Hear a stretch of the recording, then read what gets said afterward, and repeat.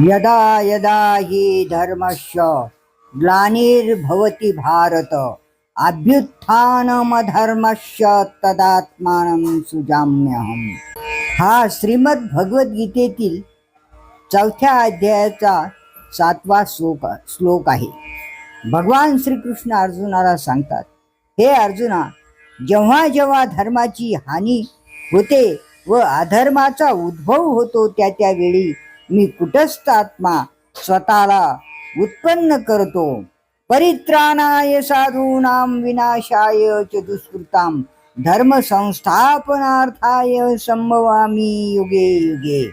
म्हणजे सन्मार्गस्थांचे सर्व प्रकारे रक्षण करण्याकरिता, पाप्यांचा विनाश करण्याकरिता आणि धर्माची उत्तम प्रकारे स्थापना करण्याकरिता मी युगे युगे म्हणजे दर युगात उत्पन्न होतो.